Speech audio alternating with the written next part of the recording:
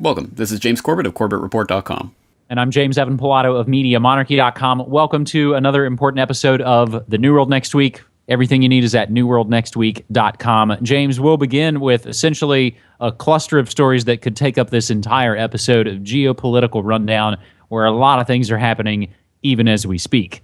And we'll begin with the situation in the Ukraine. The latest I have from the Washington Post, Ukraine opposition sets 24-hour deadline as the protests rage. Ukrainian opposition leaders issued a stark ultimatum to President Yanukovych on Wednesday to call early elections within 24 hours or face more popular rage, after at least 2 protesters killed in confrontations with police in a grim escalation of a 2-month-long political crisis. The protesters' deaths, the first since the largely peaceful protests began last November, fueled fears that the daily demonstrations aimed at bringing down the government over its decision to shun the European Union for closer ties to Moscow over human rights violations could turn more violent. James, there's almost a similar situation playing out in Thailand, on another part of the world. But your take on the very breaking situation in the Ukraine? Well, there's a lot to say about this, but for people who don't know what this is really all about at the end of the day, I think we can summarize it by saying that once again, the Ukrainian people are being used as the ping pong in this game that's taking place between forces both within and without the country that are trying to basically use Ukraine to forward their own geopolitical agendas. So for people who want the real story, I mean, more or less, this started with the Ukrainian government overspending with money it didn't have. Surprise, surprise, where have we heard that before? Getting into that economic hole when they tried to restructure their loans in order to avoid default. No one was going to help them out with that, so they turned to the EU for some help. The EU offered them an agreement that was all sunshine and rainbows, except for the fact that it was just atrocious in terms of some of the conditions and strings that were attached to it. And when Yanukovych looked and basically out of desperation was about to sign it, Russia said, well, if you sign that, we're going to raise tariffs on you, because Russia knows that this is really part of an EU-NATO agenda against them through the Ukraine. So then rock in a hard place. What do you do? If you sign on the dotted line, you're going to lose 400,000 jobs right away because of the Russian tariffs.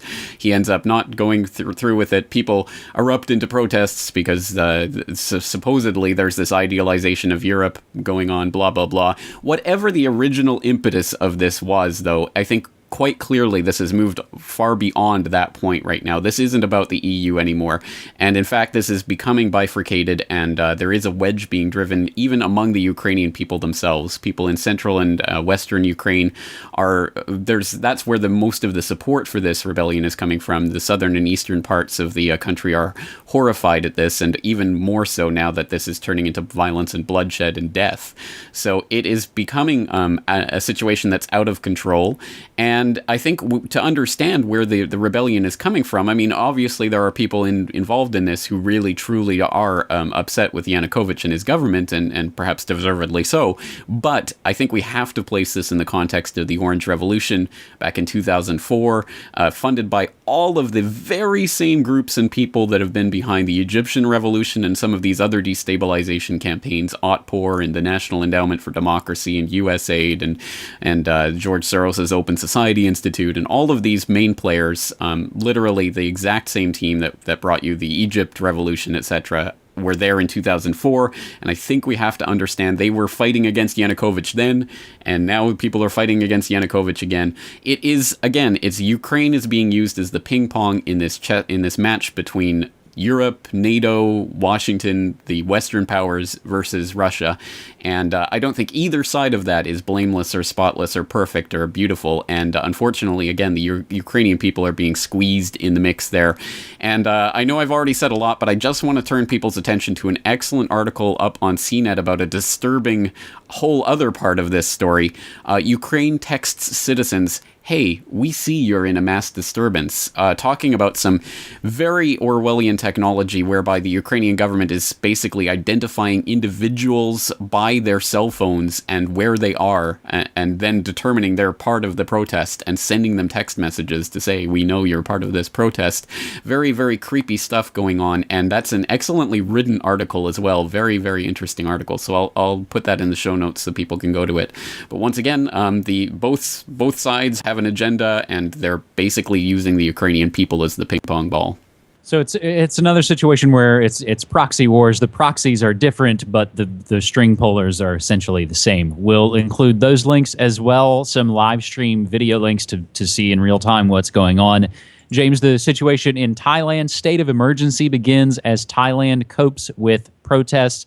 You can get more of that via therepublic.com as protesters vying to overthrow Thailand's government stayed on the streets this past Wednesday, despite the start of a state of emergency that comes with curfews, a ban of public gatherings, and the ability to censor local news for the next 60 days. The hat trick completion of our geopolitical rundown here in just this first segment of New World Next Week. Geneva 2, they're calling it. Day one of the Syrian peace talks, so-called end on fragile ground, and that comes from the Columbia Broadcasting System. All of those links, again, are essentially developing, and it's up to you to go keep yourself up to date and keep yourself informed.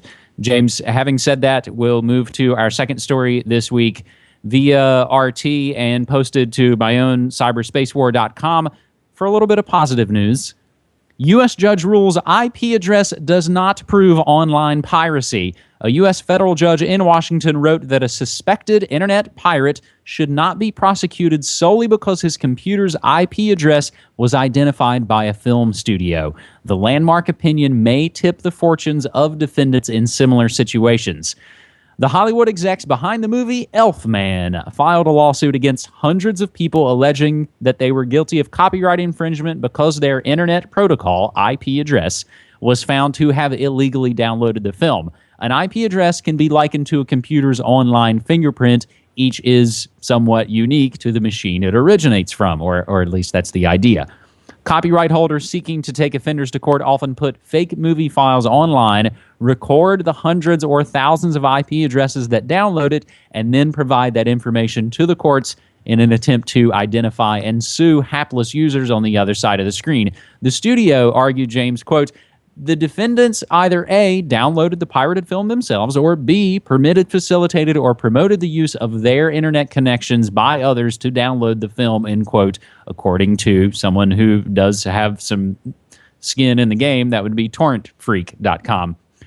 This is Washington District Judge Robert Lasnik, and he said this week that the rationale, the Hollywood execs' rationale, is insufficient, in part because it begins, James, with the assumption of guilt. Ruling on a motion to dismiss the claim, Lasnik sided with the defendants because the conditions described in complaint section B were overly vague. And we get to the crux and wrap this up. Quote, the movie studio has actually alleged no more than the named defendants purchased internet access and failed to ensure that others did not use that access to download copyrighted material, the judge wrote. Lasnik also said that there was no proof that the person who could wind up facing a lawsuit was, in fact, the person who chose to download the copy of the fantastic piece of art known as Elfman. James. Well, welcome to Internet 101, U.S. court system. I'm glad you finally realized that signing individuals to an IP address is ridiculous because, again, I mean, even if we were to assume that people download things via their own IP address, and if people are out there to do illegal things, they would obviously spoof the IP address through proxies, which can be done exceptionally easily online, so I think IP addresses in these investigations mean almost nothing. But even if we were to assume that they are associated with a certain person who owns a certain account, then you're holding that person personally responsible for anything downloaded through their IP address, no matter what mitigating circumstances, no matter who actually downloaded it, no matter what person was breaking into it and hacking into their Wi-Fi or whatever it is. I mean, it's a ridiculous standard to hold people to, and it falls apart under even the briefest scrutiny to anyone who knows anything about the internet. So this is, I mean, just common sense, but I'll go 18,000 steps further and say that in this day and age, we can't take any conviction based on anything supposedly found on anyone's hard drive for any sort of proof of anything, because even the New York Times now admits that the NSA can hack into and change the files on your hard drive, even if your computer is not connected to the internet. So there is no way to really protect your electronic device other than sitting there in a Faraday cage, which I'm pretty sure most people are not going to build around them. There's no way to protect your devices from that, and anything found on your hard drive could, at least potentially, even according to the New York Times, have been planted there by the NSA. So welcome to Orwell's nightmare vision, and unfortunately, it just means that absolutely no convictions based on what is supposedly found on someone's hard drive could really stand up to real scrutiny in the court system.